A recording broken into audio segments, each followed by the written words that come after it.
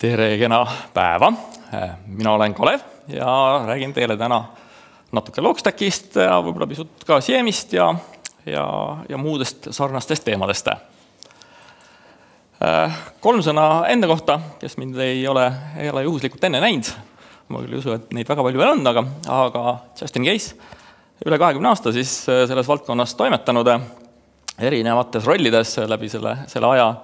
Alustanud kunagi kuskilt arenduse otsast, siis teinud päris kaua võrku. Härra Cisco on kunagi nagu naljamehed öelnud. Päris palju erinevate turvaplatvormidega tegelenud, infrastruktuuriga kokku puutunud ja viimased 5 aastat pluss miinus siis fokusseeritult logihalduste ja logilahendustega. Sellistest huvitavatest kogemustest, mis selle aja jooksul nagu märkida, on pea 10 aastat. Olen LogShieldil osalenud, see on siis teadaolevalt maailma üks suuremaid küberõppusi. Algas küll natukene väiksemalt kui maailma suurim, circa 15 aastat tagasi võib-olla, aga tänaseks siis maailma suurim õppus, tuhandeid osavõtjaid, tuhandeid ettevalmistajaid, hästi vinge asi ja mis selle nagu eriti lahedaks teeb on, et seal on alati kõige vingemad ründemeetodid, mida siis siniste tiimide peal proovitakse siis kasutada. Et see on selline tõesti hästi moodne, hästi kaasaegne just otsast, et selles seltskonnas on alati lahe asju teha.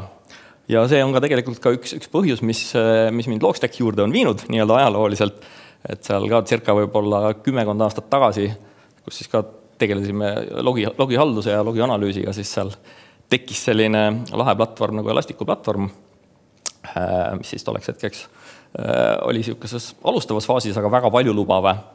Ja sellest ajast alates on siis nagu seda sõitu saanud nagu koos Elasticuga kõvasti teha. Et on lahe olnud vaadata, kuidas see asi on nagu tagasihoidlikust andmebaasist kasvanud täismahus turvaplatvormiks. Et hästi kihvt reis.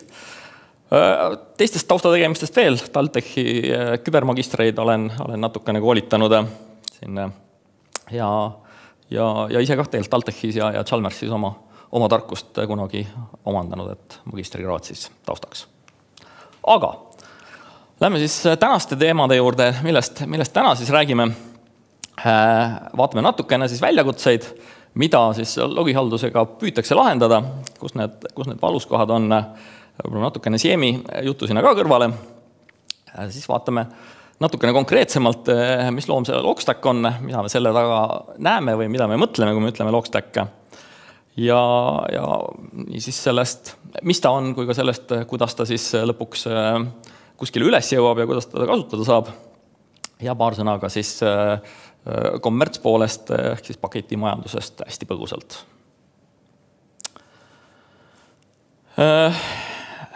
Kust asi alguseks saab?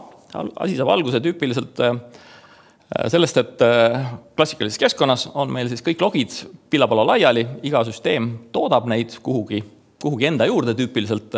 Vahest arva, mõned koguvad natukene kokku ja mõned natuke rohkem. Aga põhihäda on nagu see, et kui sul nagu mingi intsident on või hullem veel, kui sa tahaksid kuidagi mingisugust globaalset korreleeritud analüüsi teha, siis on see nagu ülikeerukas, kui sul on kõik pillapalla laiali, et sul on kuidagi moodi vaja nad kokku saada. Teine, kui sa nad siis oled sinnamaani jõudnud, et ma siis saan nad kokku kuidagi moodi, paned hästi lihtsa mingisuguse syslog forwarderi või mingi muu meetodi, siis on nagu nad sul ühes kohas koos, aga nad on kõik eri nägu. Ehk siis iga issanda jumala rakendus, iga issanda jumala opsüsteem, iga issanda jumala platvorm saadab sulle omas formaadis need logid. Kellel on ta tekst, kellel on ta mingi JSON, kellel on ta formaaditud ühtemoodi, kellel on ta muutuva formaadiga. Ühesõnaga, selleks, et sellest nagu, ma ütlen siis nagu toorläbust midagi asjalikku kätte saada, oleks vaja nagu päris jupp vaeva näha, et aru saada, kus on kellegi logis mingi oluline info, mis mind parasjagu huvitab. Ja miks mul seda huvitavat infot vaja on siis eelkõige just sama analüüsi koht, kas ma teen seda siis manuaalselt, mingit postmortemit, uurin mingisugust case'i, teen investigatsioonid, mis siis on juhtunud, või siis ma tahan olla natuke pool proaktiivsem, ehk siis on mingid automaatanalüüsid, mitte et ma ise seda ei tee, vaid mingisugune robot teeb seda ja see robot võib olla siis nagu öeldakse, vanakooli rumal robot, kes siis loeb kokku, mitu korda Kalev valesti on sisse loginud, või siis ta võib olla natuke nutikam AI-põhine robot, et see on nagu on lihtsalt erinevad flavorid, kuidas moodi seda analüüsi teha. Point on siis selles, et seda analüüsi teeb pigem masin, mitte inimene.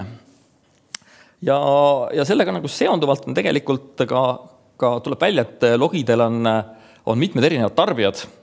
Me siin täna suuresti fokusseerime turvatarbijale, ehk siis see, kes püüab sealt kas siis rünnakuid avastada või siis postmortem analüüsi teha. Aga tegelikult on tarbijaid terve rida. Et võib olla ka operations team, kes tahab lihtsalt mingeid vigu kätte saada, võib olla arendustiim, kes tahab näha, kuidas mingid asjad performivad, ka võib olla mingeid vigasid treissida. Ehk tegelikult, et kui need logid juba on nagu kokku korjatud, siis on tihti teema see, et on mõistlik nad siis ka erinevatele tiimidele kätte anda. Loomulikult siis tuleb meil see väike challenge, et kellele me mida siis anname, et kas on siis kõik kõigile või on meil siis natuke vaja piirata, et võib-olla mõningane info on pisut sensitiivsem, ma ei tea.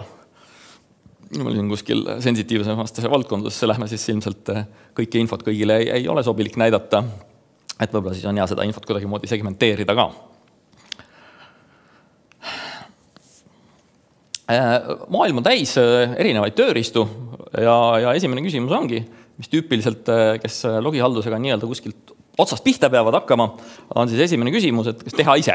Et loomulikult võib võtta kalli Siemi platvormi kusagilt riiuli pealt pehmelt öeldes ja hakata seda otsast implementeerima. Kindlasti ka väga valiidne tee, oleme seda isegi olnud mitmes protsessis sees. See on mõnes mõttes lihtne ja mõnes mõttes ei ole ka. Implementeerimine on nii ehk teisiti, suhteliselt pikk ja keerukas, sõltuvalt siis allikabaasist, mis meil vaja integreerida on. Valmis platvormide häda tihti on see, et nad on natuke kinnised, et sa ei saa igale poole näppusid vahele, et sul on nagu valmis asjad ja neid sa loksutada ei saa. Ja teinekord oled sa ka natukene siis seotud, et mida see üks või teine vendor, kuhu poole ta siis liigub, kus ta siis teeb piisavalt kiiresti sinu jaoks oma mingeid arendusi ja integratsioone või siis mitte. Aga siis esimene challenge ongi nagu see, et aga võtaks siis ise mingid tükid ja traageldaks nad kokku. Absoluutselt valid päev, et sellel on ainult mõned pisi sellised nüansid, mida siis nagu peaks arvestama, et see võtab aega. Seni kuni sa need erinevad tükikesed, millest need asjad kokku hakkavad käima, siis käima saad. Kui sul on see lõpmatu hulk aega käes või vähemalt väga palju, siis seda võib teha. Loomulikult sul peab olema siis hunnik tarkust, et kuidas seda teha, millised nüansid seal on, mingi hunnik kogemust, 10+ aastat kogemust erinevates valdkondades on nagu siuke minimum starting point, et sa oled erinevaid asju näinud, kuidas asjad juhtuvad. Ja lõpuks peab olema sul ka mingisugune visioon, et kuhu sa siis jõuda tahad, et mis see asi on, mis sa siis lõpuks kätte saad ja kuidas see välja näeb. Et me oleme selle vahepealse sammukese nagu ära teinud. Need vasakul on siin pehmelt öeldes siis vabalt kasutatavad tükide, mille litsenditasusid küljes ei ole, et sõltuvalt siis erinevate tükikeste mudelist võivad nad olla kas open source või free to use või jumal teab, mis see litsensimudel siin ühel või teisel tükil on, aga see idee on nagu sama, et nad on kõik tasuta kasutatavad tükide, et sul litsentsikulu siin küljes ei ole. Ja me oleme nad siis nii-öelda kokku sobitanud, et nad käivad üksteisega koos, et me saame nagu pehmelt öeldes siis sõna korral sõita välja kohe sellise auto, nagu siin kusagil eelnevatel läbirääkimistel kokku lepitakse, et nii palju hobujõude, nii palju rattaid, nii palju istekohti ja et mis iganes see nii-öelda customization level siis parasjagu olema peab. Aga et ta tuleb nii-öelda kohe kiiresti, et selleks oleme siis hulka vaeva näinud, kõiki neid komponente sinna siis sisse pannud, et siis tagada, et selle auto saaks võimalikult kiiresti üle anda, et ta oleks kohe sõidetav.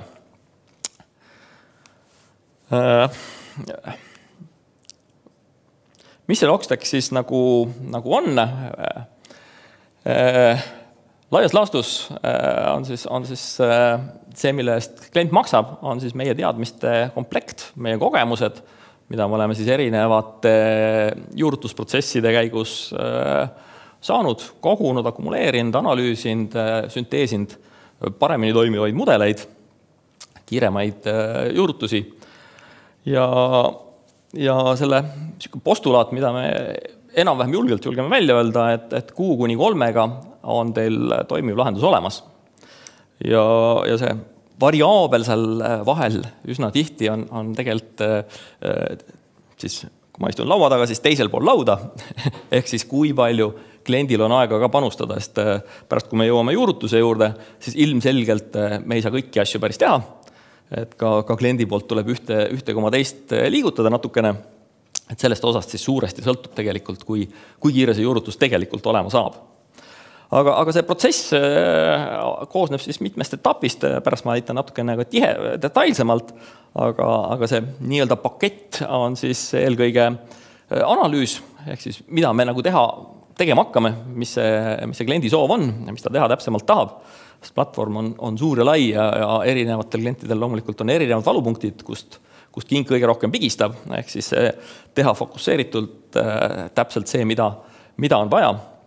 Ja sellest analüüsist tuleneb siis lõpuks ka konkreetne disain, millega me siis nii-öelda laivi läheme, mida me siis juurutama hakkame.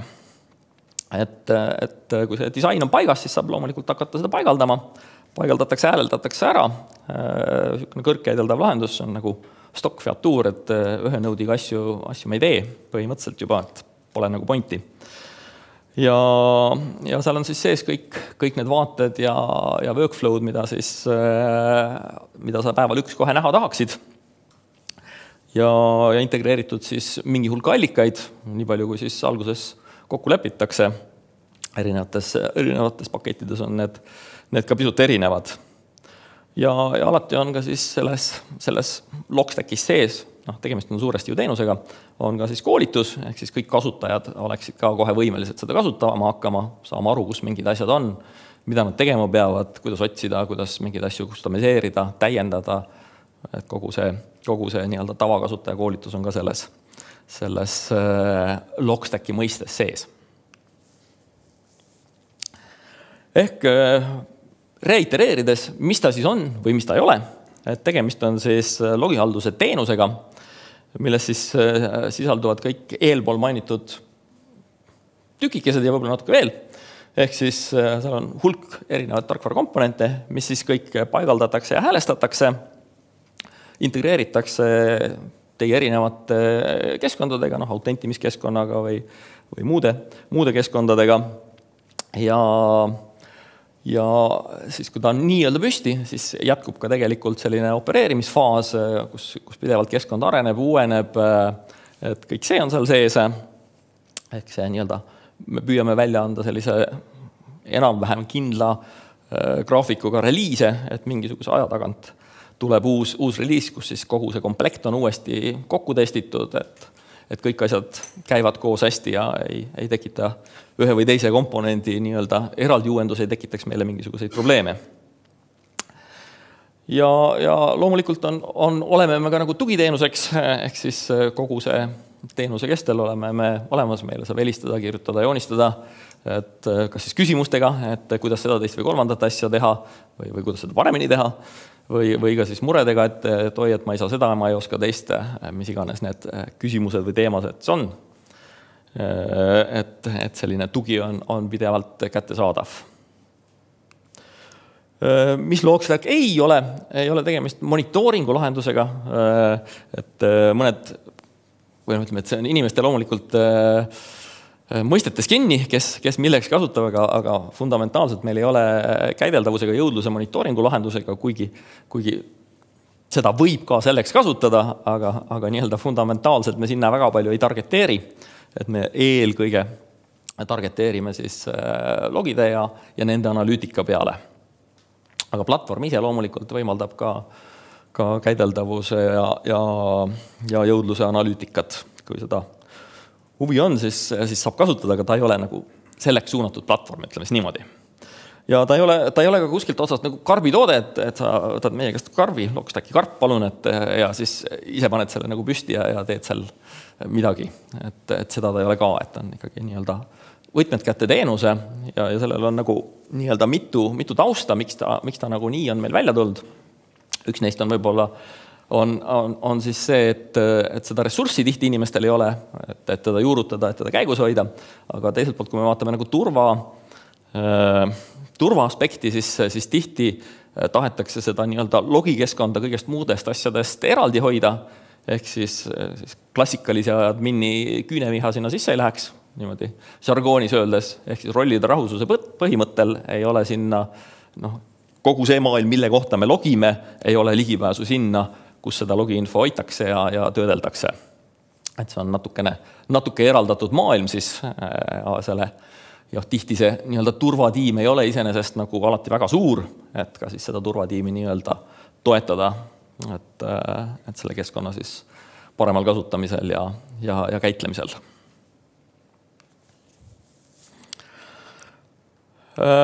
Ja vaatame natukene siis ka, millest see koosneb, millest me ta siis üles ehitame või kuhu ta nagu positsioneerub. Ja vasakul pool siin on siis erinevad logiallikad, mis meil siis võivad logi genereerida. Et kõige klassikalisemas mõistes on need erinevad serverid, eks ju, tööjaamad, sellised kohad, kuhu on lihtne kus on standardne opsüsteem, kuhu on lihtne paigaldada siis agent, nimetame seda siis endpointiks näituseks ingliskeelses terminoloogias, millel on siis lisaks logidele, ütleme sellistele klassikatele lihtsatele logidele, ka võib-olla natukene sügavam sissevaade sinna opsüsteemi, mis seal toimub, võib-olla siis ka isegi kerneli tasemeli välja, ehk milliseid koole kasutatakse, mis seal siis nagu päriselt juhtub. Sest kõike, mis päriselt juhtub, ei jõua logidesse, et see võib olla üsna sügav infoallikas, see, mis on siin server. Et ta ei pruugi olla toores logi, ta võib olla midagi muud juba. Ja siis loomulikult erinevad võrguseadmed, erinevate võrguseadmete eripära on see, et sinna me tüüpiliselt agenti panna ei saa, ehk siis see saadab välja sellist syslogilaadset toodet üldjuhul, võib-olla ka midagi muud, aga siis nii-öelda remote syslogiga saadavad nad oma logid kuhugi. Et see on nagu üsna tihti sellised kinnised platvormid, et sinna oma näppusid vahele panna ei saa, et see visibility on täpselt sellega piiratud, mis sorti infot nad siis parasjagu välja annavad. Järgmine suur kategooria on siis erinevad rakendused, et rakendus on Apache, rakenduseks on MySQL, rakenduseks on mis iganes see rakendustel parasjagu on. Ja rakendusi võib olla siis nii standardseid kui siis mittestandardseid. Standardsed on eks ju sellised, mida me kõik teame ja tunneme, ja mittestandardsed on need, mis ma ise kodus valmis kirjutan.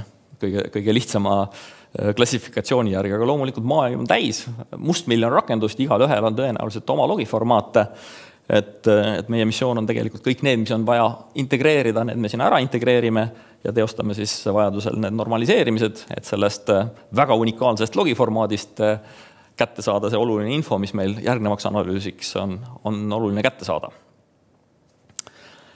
Loomulikult järgmine kategooria on siis pilveteenused, mis on nagu mingis mõttes, vanas mõttes nagu serverid on ju, aga ta on kuskil hoopis teises nagu dimensioonis, ehk siis pilveteenuste kasutuslogi, kes on seal masinaid provisioneerinud, kes on mingeid muudatusi teinud, mis iganes need pilvefunktsionaalsused on. Ehk seda me tahame kindlasti sisse saada. Teiselt poolt ka osad rakendused võivad olla pilverakendused, see piir on seal nagu pilveteenuse ja rakenduse mõnikord natuke hägune, aga point on, nagu see on selles pigem, et siis integreeritakse mingi pilveteenusega vastavalt sellele metoodikale või API-le, mida see pilveteenus parasjagu pakub ja tiritakse sealt siis see logi meie keskkonda, mis iganes see pilveteenus siis ei ole. Viimaste nii-öelda täiendustena oleme logiallikate hulka liitnud sellised asjad nagu Vectra, näituseks kui selline nutikas allikas, kui need allikas tüüpiliselt on, siin listis on sellised nagu toorlogi allikad, siis Vectra, nagu te täna nägite, siis on Vectra annab välja juba nii-öelda eelanalüüsitud info, ehk siis alertid mingisuguste anomaaliate või kõrvalekalete või mingite ohtude kohta, mis on võib-olla realiseerunud. Ehk siis meil võime siia integreerida mis iganes tõuguallikaid tegelikult, et see ei pea olema üldse toorlogi, võib olla ka mõni muu kõrgem analüüsivõimega komponent, mida me saame siis võtta kokku ja korreleerida siis neid erinevaid infosid, et kui Vectra nagu suur fookus on siis võrguanalüütika ja identiteedihaldus, siis lisaks sellele on veel suur osa maailma, mis infot me tegelikult tahame saada, endpointi näituseks, mis masina sees juhtub, on väga oluline erinevate intsidentide nii avastamiseks kui ka analüütikaks. Aga jah, selline värskendus on väga lahe. Vectra puhul on muidugi lahe ka see, et lisaks sellele nii-öelda alerdile, mis sealt siis tuleb, on meil võimalik tegelikult saada ka sealt see toorinfo kätte, mille pealt see siis tuli, kas on siis mingisugune packet flow või packet stats või kõik see info on tegelikult samamoodi Vectrast võimalik sisse tõmmata Logstacki ja kasutada seda siis kas siis järeleanalüüsiks või siis veel mingisuguste teiste reeglite ehitamiseks, mida me siis Logstackis tahame ehitada. Et Vectra on selles mõttes hästi lahe allikas, et ta on niisugune kombinatsioon nii valmis alertidest kui ka raw-datast.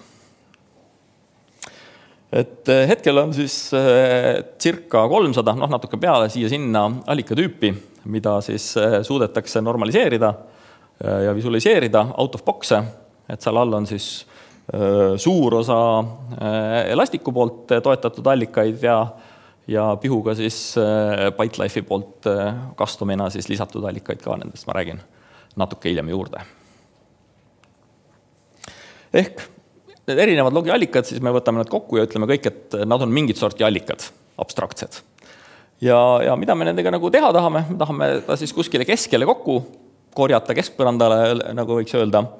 Ja see koht, kuhu nad siis jõuavad, on siis Logstacki süda, mis siis baseerub suures osas nii-öelda tarkuse ja jõudluse kiht, tuleb siis Elastikust, Elastic Basic Filtuur, mida igaüks teist võib täitsa vabalt kasutada ilma sentigi maksmata, et on täiesti vaba, samas kõik need olulised omadused, kust Elastic nagu pärineb, ehk siis skaleeruvus, mis on tema nii-öelda nimeski kirjas, ehk hästi horisontaalselt skaleerub, nii palju kui meil nõude juurde on vaja. Tuleb mahtu juurde, paneme lihtsalt nõude juurde ja keskkond kasvab täiesti sujuvalt.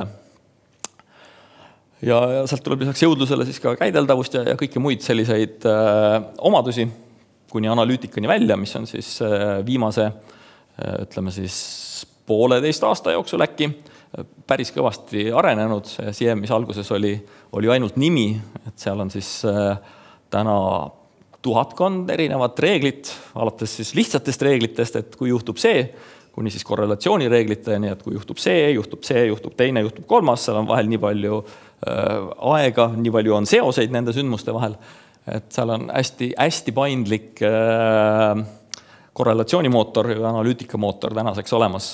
Pluss siis, nagu ma ütlesin, 1000 valmis kohe kasutamiskõlblikku reeglit, mille võlu on muidugi veel ka see, et nad on hästi kenasti ära klassifitseeritud Mitre Attack Frameworki, ehk kui sul mingid asi juhtub, siis sa juba tead, et see on seda sorti sündmus, see on seda sorti sündmus, on selline ilus Mitre kaart on võimalik selle Attack Frameworki kohta joonistada, et mul on siin nii palju neid asju käigus implemenditud või siis parajagu ei ole, sõltuvalt siis sellest, kui palju ruule on siis aktiveeritud. Et sealt tekib ka kohe selline nagu tunnetus, et see reconnaissance on mul nagu hästi kaetud, aga detection on natuke nõrk, et mul on võib-olla vaja siia natuke midagi juurde mõelda. Et selline single pane of glass jällegi võiks öelda võlusõna, et see annab sellise hästi kiire snapshoti, et kus ma oma selle nii-öelda katvusega olen, kui ma seda Mitre Frameworki vaatan.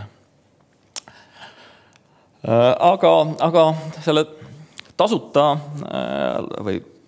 kasutatava paketil on ka nagu rida kitsendusi, ehk siis see on nagu see koht, kus tegelikult Logstack tuleb mängu, siis selleks, et see funktsionaalsus sinna juurde tuua, mis siis tasuta paketis justkui on piiratud. Esimene kõige olulisem, ma ei tea, esimene vähemalt, on siis AAA framework, mida me siis kasutame, ehk siis autentimine, autoriseerimine ja auditing, mis siis võimaldab liidestada meil erinevate back-end autentimisplatvormidega, kas Microsofti AD või Microsofti Azure või Google või mis iganes see meie parasjagu kasutatav reaalne kasutajahalduse platvorm on, et ütleme üsna suure tõenäosusega me suudame sinna integreerida selle.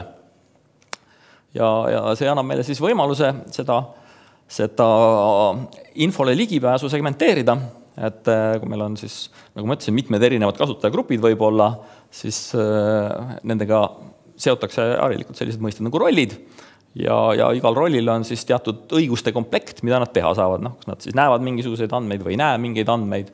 Ja loomulikult võib kasutajal olla ka mitu rolli, et kui ma siin teen mõne lihtsustatud näite, et meil on võrguadminid, oletame, kellel on siis ligipääs võrguinfole, võrgulogidele ja on Windowsi adminid, kes siis näevad Windowsi logisid ja endpointi logisid võib-olla, aga meil on kuskil mingi turvaanalüütik, kellel on siis tegelikult mõlemad rollid olemas.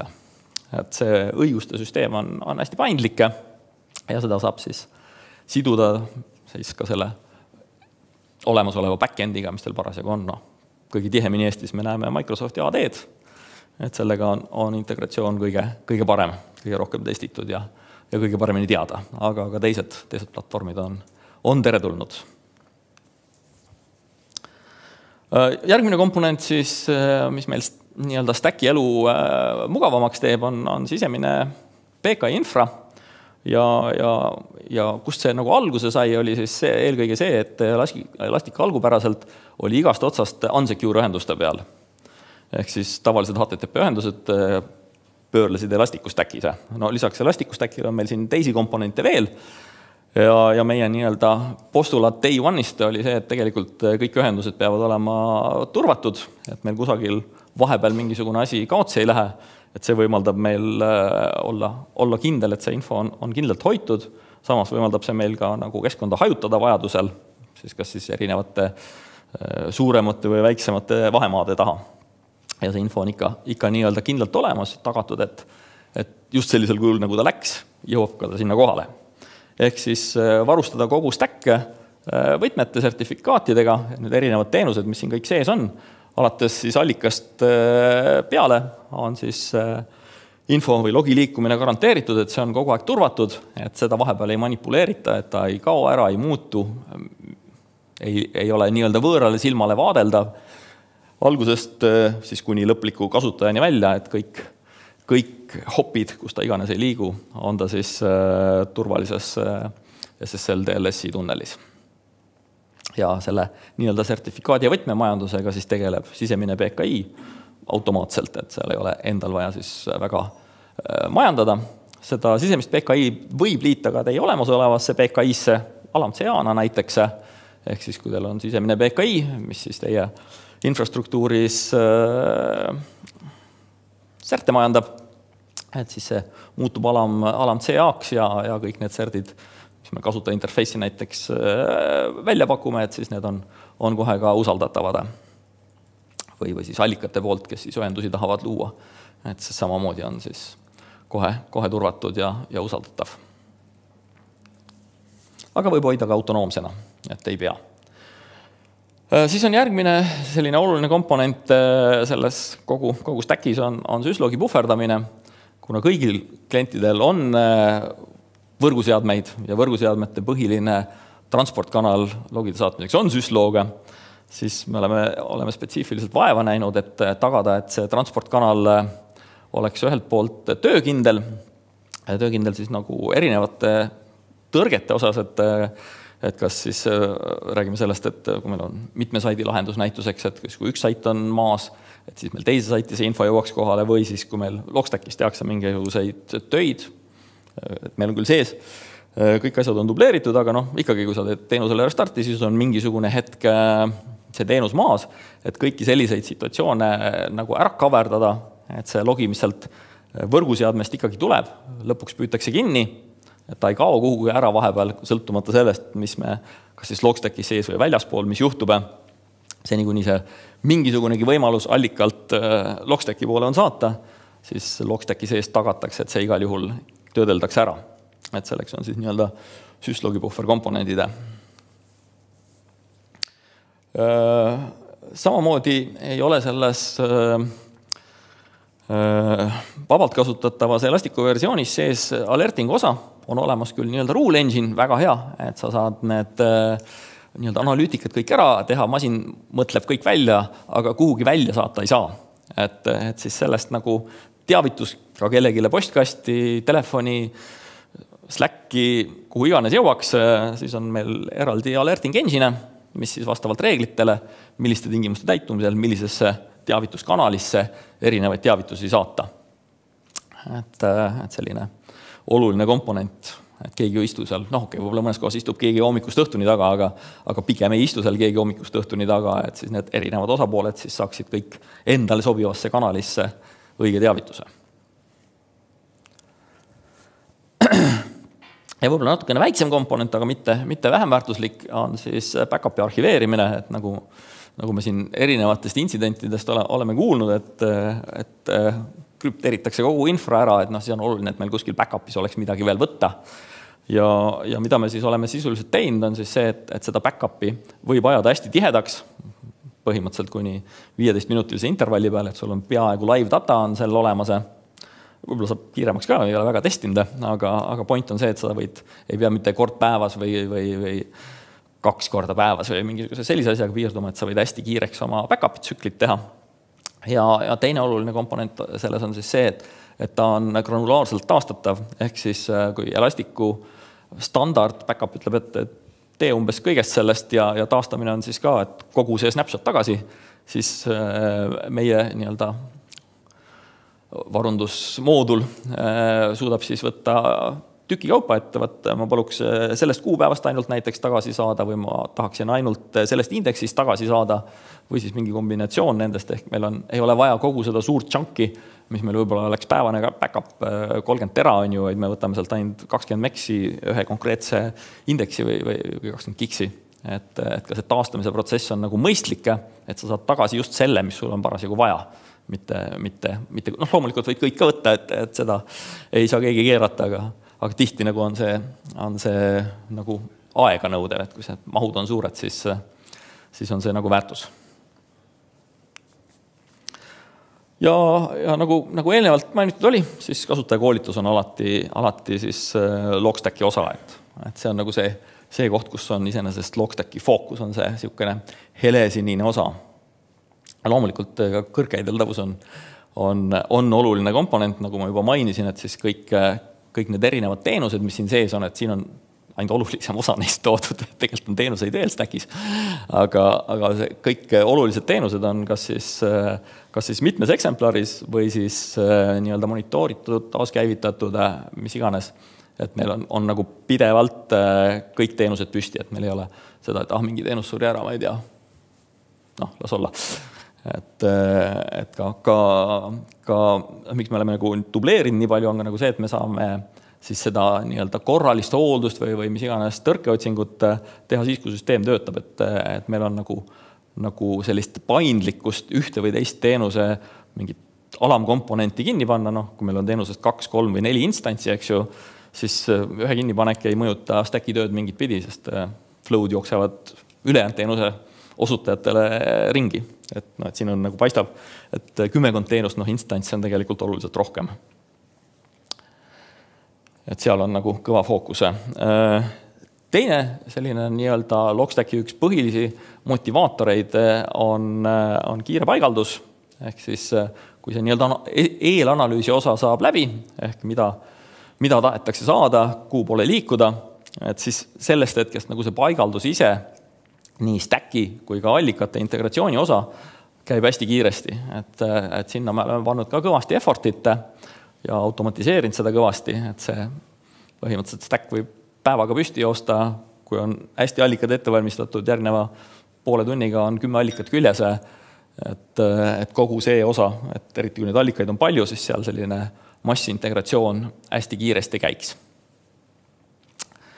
Ja loomulikult siis püsiv haldus, monitooring, tuning, uuendused, kõik see, mis sellisesse normaalsesse operations osasse kuulub, et see on ka tegelikult Logstacki teenusosa. Et see on niisugune, ütleme siis Logstacki standardpakett mingis mõttes võiks öelda. Lisaks sellele on selliseid custom komponente, mis nagu võib-olla kõiki ei kõneta, aga mõne jaoks on nagu väga olulised. Et esimene neist on siis terviklusmoodul, mis siis võimaldab meil logisid signeerida ja neid siis kokku aheldada sellisesse krüptoahela laadsesse moodustisse. Päris blockchainiks seda ei julge nimetada, aga midagi sinna poole, kus siis kõik kirjad on räsitud juba nende nii-öelda mahakirjutamise hetkel ja siis taustaprotsessina väikese viivitusega siis selleks, et nagu meie logi jõuaks ikkagi nagu kogu ahelast läbi, siis signeeritakse ka need ära, moodustatakse räsiahelad ja neid on siis päris mitu kihti. Ehk siis eesmärk on siis tagada see, et kui keegi meil läheb neid logisid sinna Logstacki sisse muutma, ikkagi on Logstackil on admin ja nii edasi, et siis meil on võimalik alati valideerida, kas see info on konsistentne, siis nii-öelda käsitsi, või siis meil jookseb ka tegelikult üks taustaprotsess, mis monitoorib seda taustal, ehk siis kui keegi on mingisuguseid modifikatsioone teinud, kustutanud, lisanud, muutnud, et siis samamoodi peaks automaatselt see triggerdama alerdi ja saatma teavituse, et nüüd on meil väike tervikluse kao intsident siin juhtunud, et äkki vaataks üle. Et võib-olla oli see paha kasutaja, aga võib-olla on mingisugune muud sorti anomaalia, maailmas juhtub asju. Aga siukene moodul on siis olemas.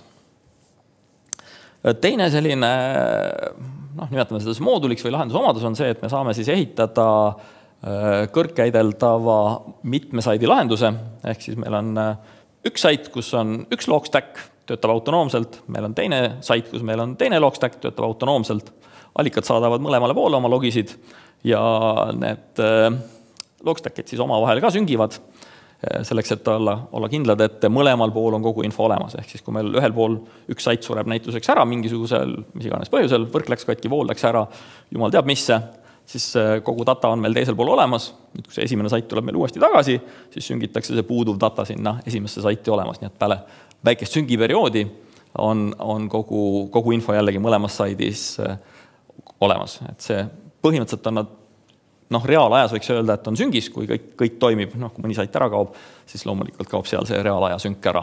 Aga põhimõtteliselt on nagu reaalaja sünk. Et see ei ole mingit batch-protsessi, mis 6 tunni pärast püüab midagi sünkida, et see käib kogu aeg sõidu pealt.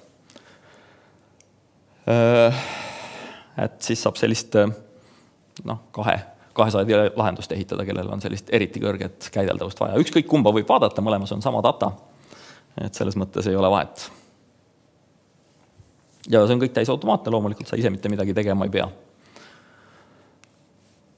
Ja lisaks sellele on siis paar teemat, on siis custom koolitused, ehk siis kui see nii-öelda standardkasutaja koolitus jääb väheks, sa tahaksid mingist asjast rohkem teada saada, võib-olla sa tahad sedasama platvormi kasutada mingisuguse oma, ma ei tea, minu pärast äriprotsessi analüüsiks ja sa saadad sinna mingisugust äriprotsessi infot sisse, siis loomulikult me võime näidata ja aidata, et kuidas seda siis töödelda, kuidas seda visualiseerida, et see nii-öelda soov, mida sa sealt nii-öelda tahaksid tulemusena näha, et sealt kätte saada siis vastavalt siis sinu äriprotsessile.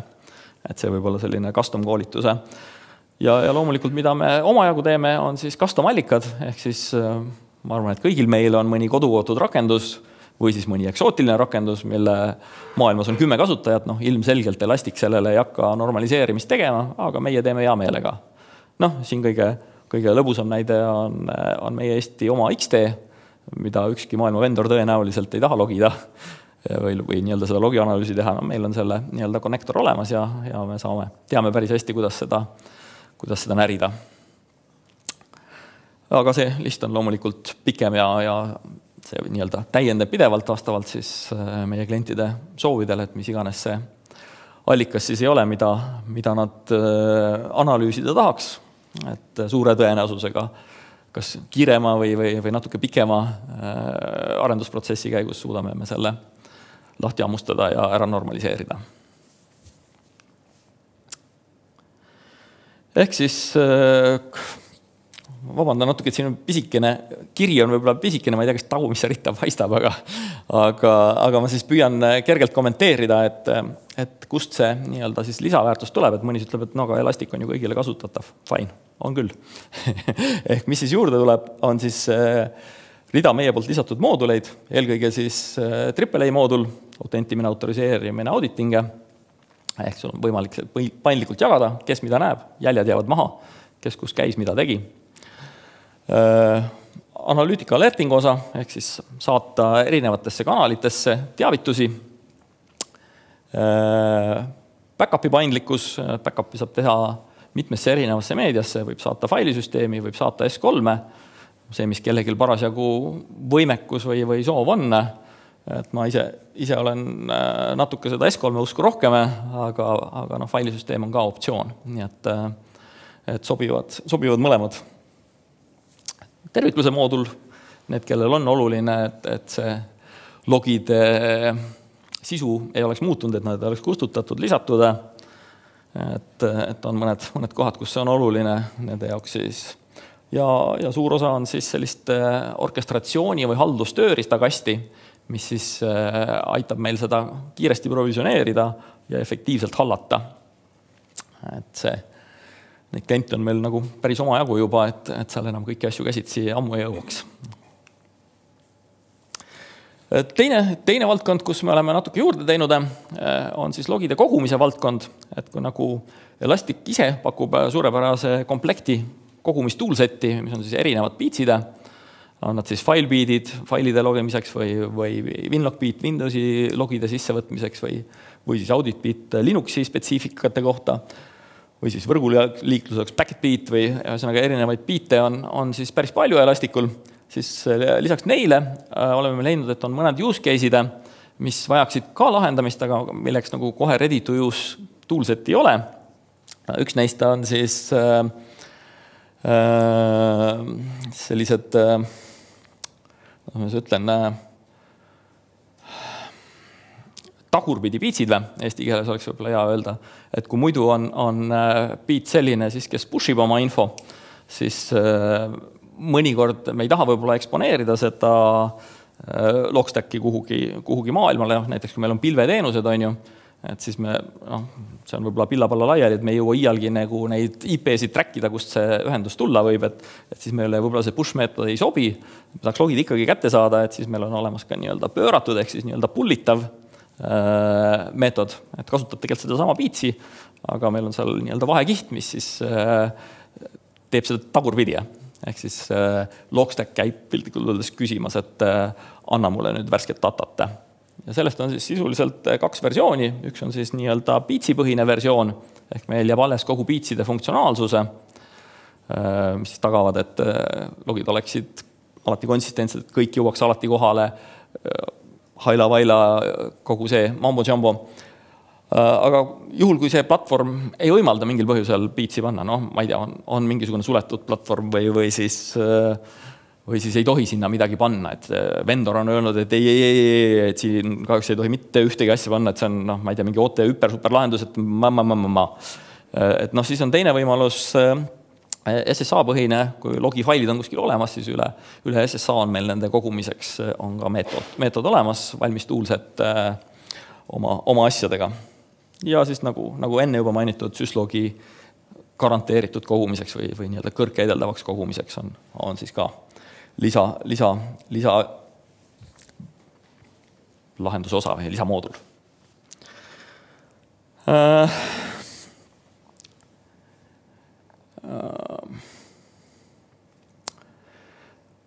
Indeksite disainist võib-olla paar sõna, et indekseid, need, kes natuke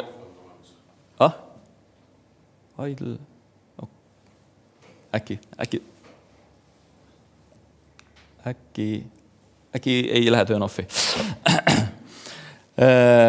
On siis erinevaid reegleid või nii-öelda vaateid, mida me peame siis indeksite disaini puhul arvestama, võivad olla siis seotud ligipääsu karakteristikutega, jõudluskarakteristikutega, säilituskarakteristikutega, ehk siis, et kõik need asjad kokku panna. See on siis natukene karu kõhu sees juba, et see võib-olla kõiki kliente nii ei huvita, aga siin on meil nii-öelda oma metoodika, kuidas me sellele läheneme, et need erinevad nõudmised saaksid kõik täidetud. Noh, siin on toodud ka paar näidet, et sarnaselt sellele, nagu ma enne üle käisin, et mis siin on siis pandud kõik need erinevad nõudmised kokku, et võib-olla seal arendajal on nagu oluline see, et saaks oma asjad kätte ja muu teda väga ei huvita. Mingisugune live-keskkond, siis seal on võib-olla oluline, et neil oleks kõrgkäideldavusandmete jaoks olemas dubleeritud, et meil oleks seal segmenteeritud ligipääs, et me arhiveeriks seda mingisuguse teatud intervalliga ja hoiaks nii kaua, mis on oluliselt pikem, siis kui arendaja mingi 5-päevane või nädalane kiire tsükkel. Et kõik need aspektid on siis tegelikult selle disaini osa, mille me siis paika paneme. Ja viimane osa näitab siis erinevat integratsioonide ja liidestuste või normaliseerimiste summarit, et nagu ma ütlesin, siis Elasticul endal on pea 300 erinevat integratsiooni või allikatüüpi, mida out of box nad kohe suudavad normaliseerida. Ja lisaks sellele oleme siis meie teinud terve pihutäie neid erinevaid Elasticu poolt veel siis mitte toetatud allikatüüpe juurde. Et siin on võib-olla leiab igaüks endale midagi, mis selles suures pikas Elasticulistis kohe välja ei paista, aga meil juba olemas. No, siin viimasena näidisena jällegi on siis Vectra integratsioon, nii alertingu osa kui ka siis toordata handlimise osa.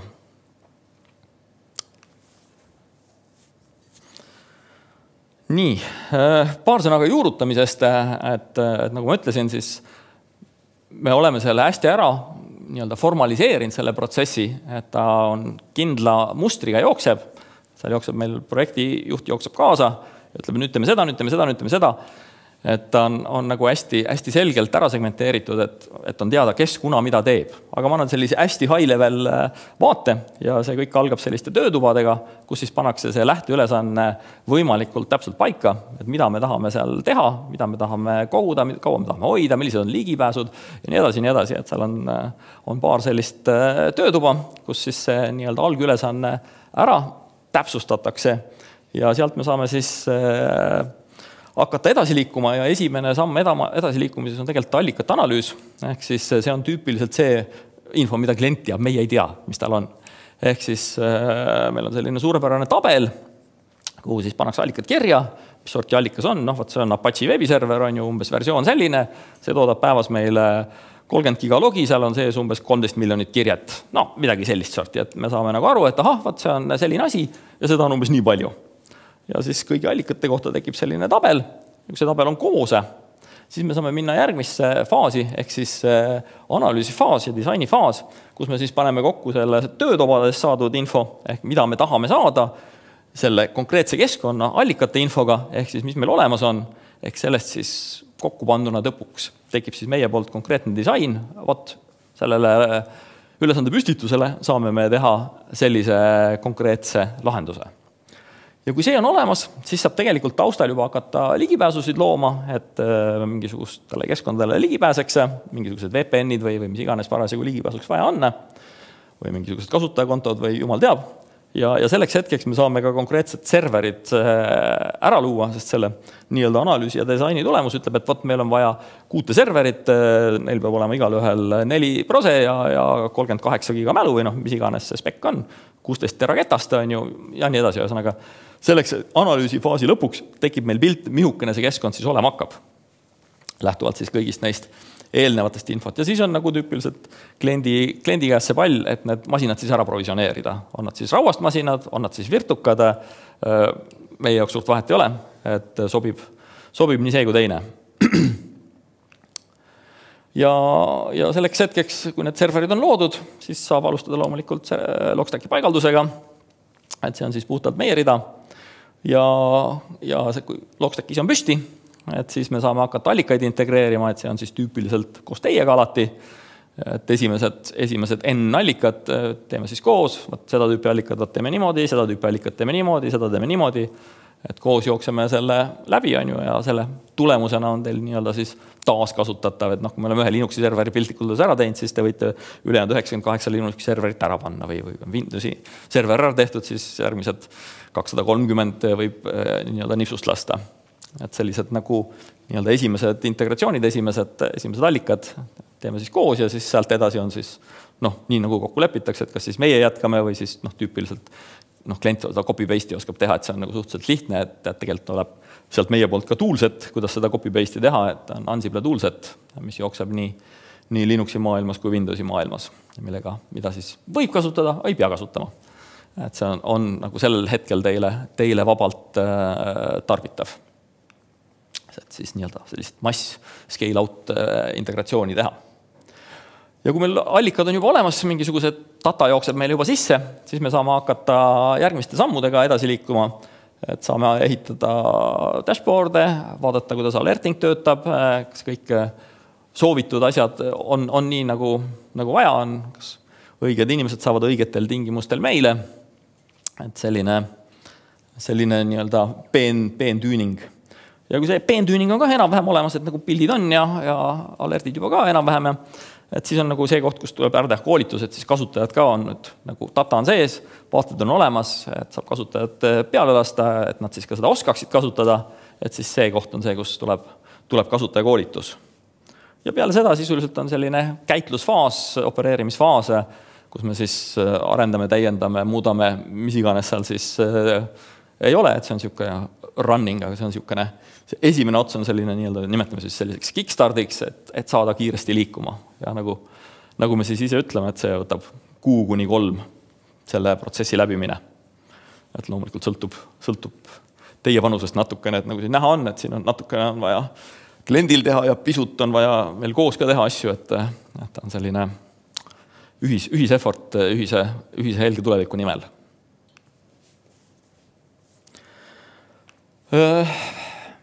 Minu kõige nõrgem osa on muidugi hinnastusosast rääkimine, ma ei tea, kas ma kutsun kellegi teise või püüan ära võristada, mis see on siis kirjutatud. Et hinnastus koosneb hetkel siis nagu 2 osast. Kõigepealt on selline quick start'i osa, millega siis pannakse keskkond püsti, integreeritakse esimesed allikad, integratsioonid erinevates autentimis backend'ides, kasutajakoolitused, põhimõtteliselt kõik see, mis oli eelmisel slaidil, on sisuliselt selle kiirstardi faasiga kaetud. Et kui see faas on nagu lõppenud, kasutaja on koolitatud, ütleb, et thumbs up, saan hakkama, oskan kirjutada päringut, joonistada lihtsaid visualisatsioone, panna neid kokku ühele dashboardile, et siis on kasutaja selle kasutamiseks valmis. Ja algab siis nii-öelda tavaline niisugune maintenance'i või operations faas, kus siis sees loomulikult ka on terve rida tegevusi, mida me siis teeme. Alates siis uuendustest, mis tulevad siis teatud regulaarsusega tihemini, harvemini, mõned korrad aastas. On kasutaja tugi loomulikult teile siis kõigile kättesaadav erinevatest kanalitest. On see asi meie monitooringu all, ehk me siis jälgime, et ta töötaks normaalselt, et kui mingid asjad hakkavad seal kollaseks või punaseks minema, et siis me proaktiivselt saame sekkuda ja siis diskuteerida, et kuidas me edasi lähme. Ma ei tea, minu pärast kettapind saab otsa ja siis me küsime, et mis me nüüd teeme, anname kettapinda juurde või siis muudame mingisuguseid poliitikaid, ma ei tea, säilituspoliitikaid või midagi muude. See on kuutasu, jah. Et kiirstart on ühekordne ja siis on edasi on selline kuutasu, et ütleme, et viletsat admini selle palga eest vist ei saa, et pool admini võib-olla leiad endale heal juhul. Sa vaatad nii-öelda ettevõtja kuluna, eks ju. Ja on siis selline premium pakett, mis on siis sisuliselt sisaldab kõike, mis pluss, aga seal on mõningad lisaväärtused, et kui meil siis plussis olid standardsete logiallikate integratsioon, siis premiumis on ka custom allikad, ehk siis need, mida ei ole out of box kohe võtta. Teie special hüpervinge rakendus, mis toodab hästi laheda kujuga logisid, kasutab selleks ärasaatmiseks eriti ägedad meetodid, et siis ka need nii-öelda sisse integreerida näiteks.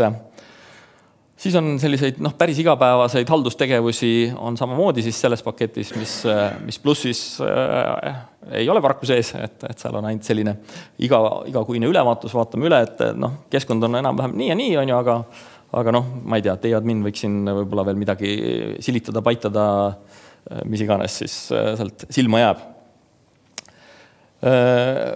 Plussis iseenesest, me näeme, et siin kiirstardis on tegelikult ka SIEM sees. SIEM tähendabki siis seda, et SIEM on aktiveeritud, et seda saab kasutama hakata, aga seal mingit fine-tuningut, false positiivide mahavõtmist ja kõiki sellist asja ei ole tehtud. Et selleks on siis seesama premium pakett, kus me siis saame nagu päris juurutamisega SIEM-i puhul minna, selleks, et meil sealt ei tuleks neid valehäireid nii palju, et oleksid õiged reeglid, et oleksid seal erandid sees ja nii edasi, nii edasi. Ehk siis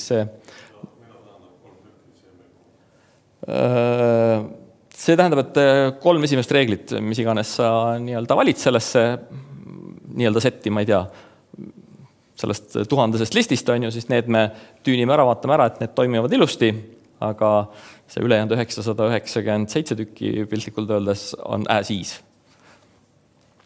See tähendab täpselt seda. Või siis teeme 3 muut, on ju. Vahet ei ole selles mõttes, et kas me võtame soki või võtame mõne spetsiifiliselt, mida sul on vaja. Et seal ei ole enam vahet. Ja mida ma veel ei ole kommenteerinud, võib-olla siis... Koolituste osa on ka premiumis sees, ehk siis nii-öelda kvartaalseid koolitusi saab täitsa vabalt tellida, et kui on nagu suurem ettevõte, siis inimesi pidevalt tuleb ja läheb. Ehk siis need uued inimesed ka hästi lihtsasti onboardida, et teeme kasutajakoolitust näiteks või siis on see mingi custom koolitus, et me tahaksime saada seda hoopis selles kvartalis, et siis selline vabadus on seal paketis juba sees, et sellepärast ei pea nagu mõtlema ja muretsema, et oi, et koolitus eraldi juurde nüüd. Ja siis nagu mainisin, siis lisateenused on siis ka eraldi hinnastatud, et Integrityl on nii-öelda keskkonnahind samamoodi kuutasu. Et ükskõik kui suur see keskkond on, et kõik need asjad tegelikult ei sõltu absoluutselt keskkonna suurusest, on sul 3 nõudi, 13 nõudi, ingestid nagu 1 miljon kirjet või miljard kirjet päevas. Meie jaoks on ta põhimõtteliselt üks keskkond ehk me ei loe kuidagipidi, ei mahtusid, ei kiirusi. Et see on, kuna ta jookseb nii-öelda kliendi infra peal, siis me lihtsalt ütleme, et siia on uut serverit juurde vaja või nii-öelda ressurssi juurde vaja, kas siis scale-out'ina või scale-up'ina, sõltuvalt, mida siis kuskil parasjagu kas võimalik teha on või mida lihtsam teha on. Et see on puhtalt kliendi otsustada, kuidas seda teha.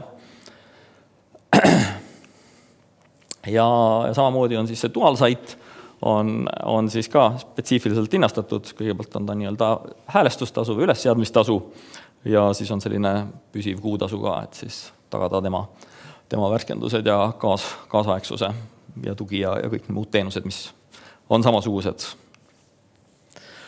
Ja on mõni klient meil olnud, kes on ka enda majja tahtnud lisateadmist saada, ehk siis selle jaoks on meil olemas admini koolitus, et kui eelmise nii-öelda standardpaketis on meil siis kasutajakoolitus, kuidas seda keskkonda kasutada, siis admini koolitus on siis selleks, et karu kõhtu vaadata, et mis seal nagu toimub, et kus see bitt ja byte siin liigub või milline teenus siin on või kuidas mis iganes see nii-öelda karu-kõhu osa on. Et see on siis admini koolitus, mis räägib süsteemi sisemisest osast. Ja nüüd on selline huvitav, mul on 2 slaidi vahetusse läinud. Ma tulen kohe küsimuste juurde tagasi. Sorry. Kiire brief nendele, kes võib-olla juba on Logstacki kasutajad või siis ka need, kes lihtsalt tahavad pilku peal hoida, et mis me oleme teinud ja mis me teeme. Et siis hiljuti uuendasime Logstacki versioonile, me nimetame teda siis 2.8, mis siis tähendab seda, et Elasticu versioon uuenes ja praegu siis jookseme viimast 8.11 versiooni, mis Elasticu poolt on nii-öelda last table, mis on siis päris pikk hüpe meie eelmisest versioonist 2.7. Siin on siis lisandunud mõningast funktsionaalsust loomulikult lisaks sellele nii-öelda Elasticu poolt pakutud lisafunktsionaalsusele. mida tuleb igas versioonis praegu kamaluga juurde lausa. Et sellesse ma väga isegi ei fokusseeri, aga lisandus siis kasutajate rollihalduse integratsioon AD-ga, et kui enne me kasutasime AD-d ainult autentimiseks, siis nüüd on ka autoriseerimise osa võimalik AD-ga liidestada. Ehk siis nii-öelda grupikuuluvuse alusel võib siis inimeste rollid tekkida ja kaduda. Siis täiendasime alertingu veebiliidest autoriseerimise osas. Enne oli seal samamoodi lihtsalt ainult autentimise kiht. Nüüd on siis ka võimalik seda siis autoriseerida per kasutaja. Lisandus siis Elasticu Fleeti juurutamise võimekus ja Elasticu agendi kasutamise võimekuse, mis siis võimaldab hästi mugavalt neid agente, mis siis laiali on üle keskkonna, neid ka siis uuendada, nende polisseid uuendada, ehk siis nii-öelda kasutusmugavust ikkagi oluliselt jällegi tõsta. Ja teine osa on siis Elasticu üldine suundumus, ehk siis uusi integratsioone, pigem Elastic teeb Fleeti peale või siis nii-öelda Fleeti agentide peale, et ka siis neid uusi integratsioone oleks võimalikult lihtne meil keskkonnas kasutada. Auditbeadi masspaigalduse osa sai suure täienduse, et enne see oli natuke toorevõitu võib-olla, aga nüüd on ta täitsa selline tootmiskõlblik, ütleme siis selle kohta niimoodi. Ja tegime ümber oma monitooringu lahendust natukene, et kui siis enne me kasutasime monitooringust hosti peal jooksvat agenti, siis nüüd on tegelikult see ka konteinerdatud, et me nagu hosti peal ei runni enam ühtegi teenust, et kõik on konteinerdatud. Ja sellisest lähema või pikema ja roadmapist on selline, ma ei tea, kas see nüüd päris priority list on, aga meil on siin mõningate klientidega juttu olnud, mida tahaks ja mis oleks nagu olulisemad, siis hästi paljud on ikkagi nagu huvi tundnud, et kas ikkagi selle masinõppe ja anomaalia osa saaks sisse. Ütleme, et kiire lahendus sellele on Vectra, mis siis teatud osas katab selle ära. Et seda saab juba lausa täna, long run kaalume ja mõtleme ka nii-öelda Logstackile sellist funktsionaalsuse lisamist, et lisamutrikene tööriistakastis ei tee kunagi liiga, et on alati võimalus siis keerata ühe võtmega või teise võtmega, et kumb nagu selle konkreetse keeramise jaoks paremini sobib. Sest kunagi ei ole need omadused täpselt ühesugused siin ja seal, et kui sul on nagu kaks võtit, siis sa saad ikkagi 2 erinevat polti keerata.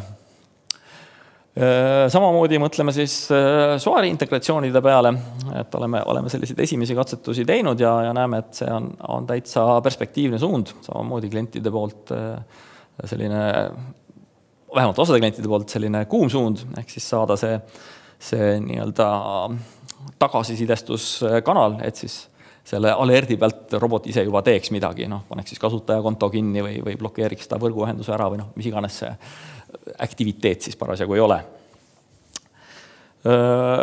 Natuke tagasisidet oleme korjanud ka nii-öelda CISO või CIO rollidelt ja nende huvi, nagu natuke arvata võibki, eks ju, on rohkem selline dashboardi huvi, et ta saaks nagu sellise tõesti ülevaatliku pildi, mis keskkonnas nagu parasjagu on, et kui palju meil seal mingisuguseid intsidente või alerte või mingeid asju on, et tekiks selline lihtsalt hoomata või lihtsalt konsumeeritav vaade.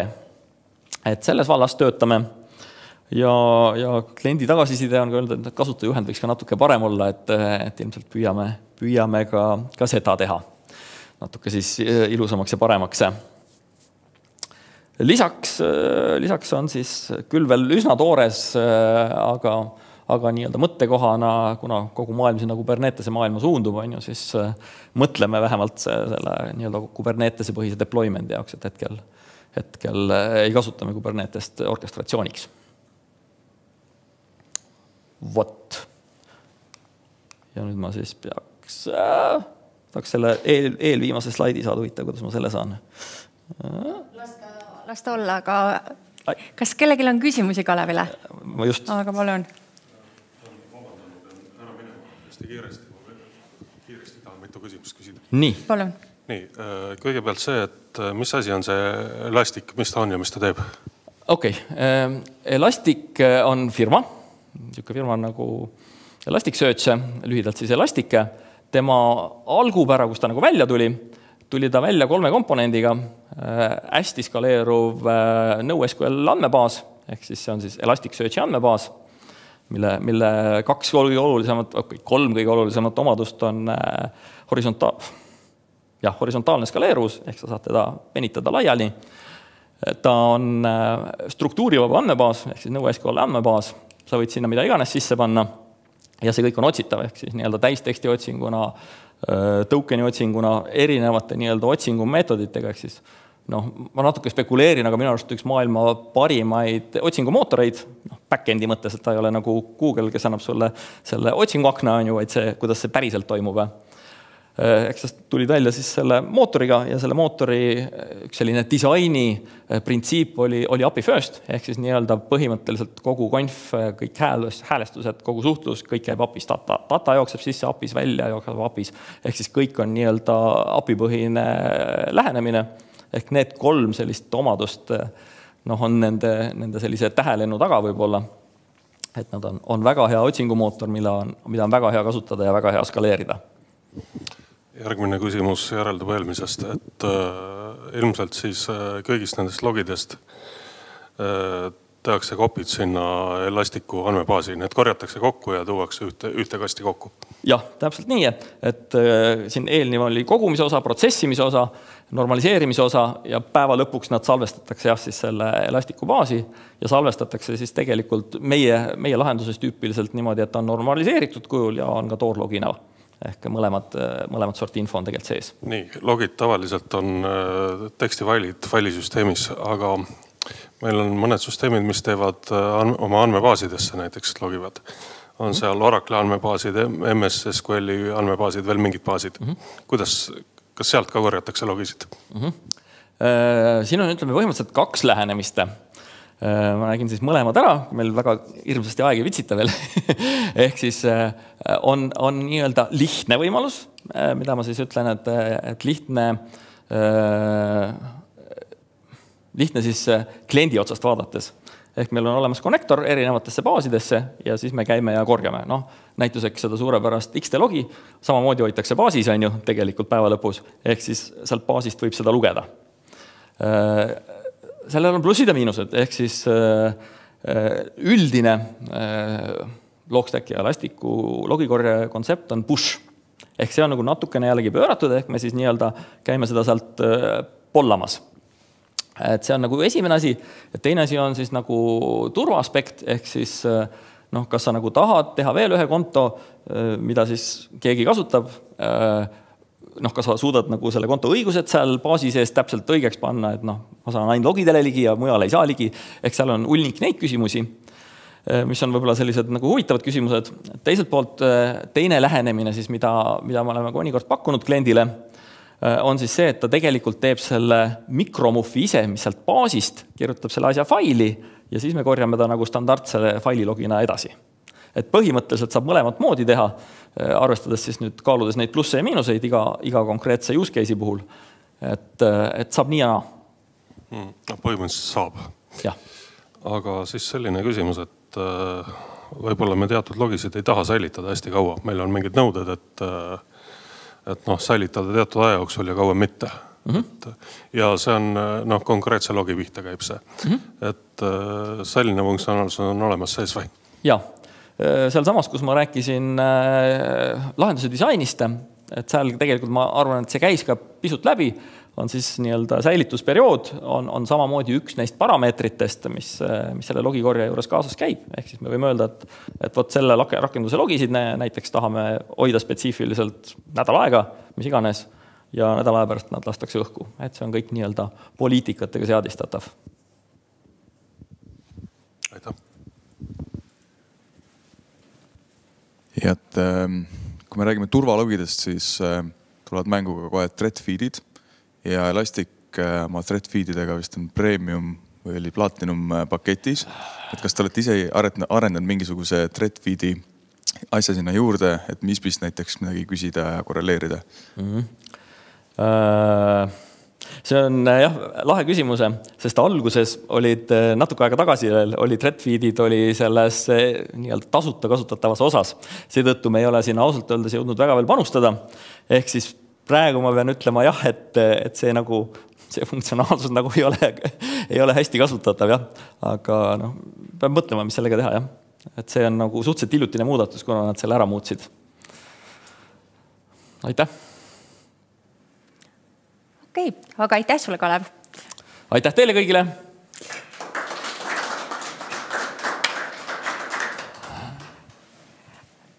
Nii, Kalev oligi meie viimane esineja. Täna on kogu ByteLife'i tiimi poolt, et olete leidnud tänasel päeval need tunnid.